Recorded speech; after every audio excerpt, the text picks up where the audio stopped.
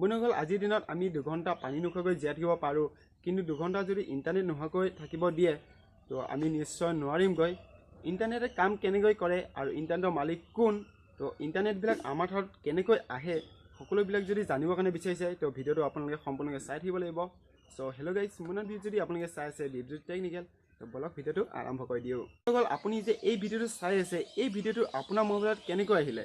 তো বহুত মানুহক সুধিলে ক'ব যে এই ভিডিঅ'টো ছেটেলাইটছৰ পৰা আহিছে, কিন্তু সেই উত্তৰটো শুদ্ধ নহয়গৈ। আপুনি জানি আচৰিত হ'ব যে পৃথিৱীত প্ৰায় 99% ইণ্টাৰনেট কেবুলৰ পৰাই চলে। পৃথিৱীৰ সকলো দেশকে কেবুলৰ জৰিয়তে কানেক্ট কৰা হৈ আছে। সেই কেবুলবিলাক ছাবমাৰিন কেবুল বোলে, আৰু সেই কেবুলবিলাক সকলো দেশৰ সাগৰতে ৰখা হৈছে। বন্ধুসকল, এই কেবুলবিলাক ডাঙৰ ডাঙৰ প্ৰাইভেট কোম্পানীবিলাকে নিজৰ পইচা ইনভেষ্ট কৰি পেলাই এই কেবুলবিলাক পুতি থৈছে সাগৰ তলত। এতিয়া ছাবমাৰিন কেবুলবিলাক কেনেকৈ লৈ আহিব যাতে গাঁও চহৰৰ সকলো মানুহে ইণ্টাৰনেট লাভ কৰিব পাৰে? ইয়াৰ বাবে টায়াৰ 2 কোম্পানী বনালে, যেনেকৈ Jio', Vodafone, idea, Airtel, BSNL, সকলোবিলাক টায়াৰ 2 কোম্পানী হয়। বন্ধুসকল, এই টায়াৰ 2 কোম্পানীবিলাকে ভাৰতবৰ্ষত নিজৰ অপটিক্স কেবুল লগাই পেলাই ছাবমাৰিন কেবুলৰ লগত কানেক্ট কৰি দিছে, যাতে ইণ্টাৰনেট সকলোৱে চলাবৰ কাৰণে পাৰে সকলোতে। এনেকৈ সকলো দেশে কেবুলৰ লগত কানেক্ট হৈ আছে। বন্ধুসকল, জাষ্ট এক্সাম্পল এটা দিম মই বুজাবৰ কাৰণে আপোনালোকক।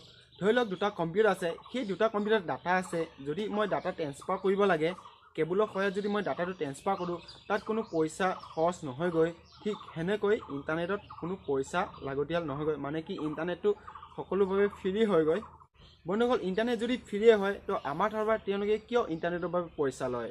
বন্ধুসকল, উত্তৰটো হ'ল যে টায়াৰ 1 কোম্পানী নিজৰ পইচা ইনভেষ্ট কৰি সাগৰৰ তলত অপটিক্স কেবুল লগা হৈ আছে। বন্ধুসকল, সেই কেবুলবিলাক যদি বেয়া হয়, মেইনটেনেঞ্চৰ দৰকাৰ, আৰু সেই কেবুলবিলাক 25 বছৰৰ ওপৰত নাযায়গৈ, তো সেই কেবুলবিলাক ভাল কৰিবলগীয়া হয়।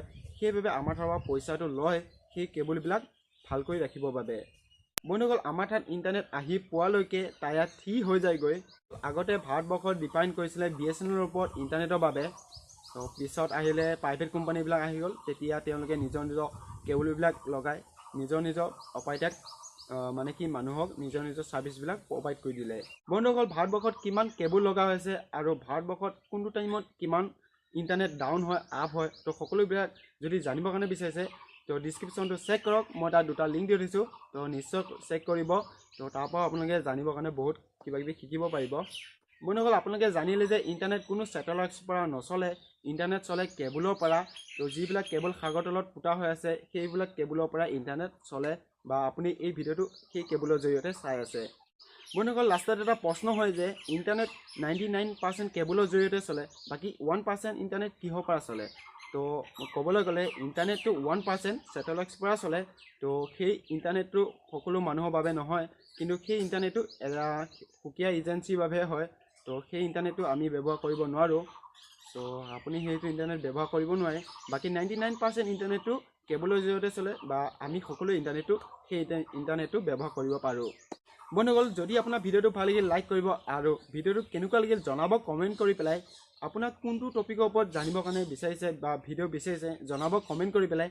আৰু এনেকুৱা নলেজেবল ভিডিঅ' চাই থাকিবৰ বাবে DipJyotiTechnical চেনেলটো ছাবস্ক্ৰাইব কৰিব নাপাহৰিব। বাই বাই, লগ পাম এটা নতুন ভিডিঅ' হয়।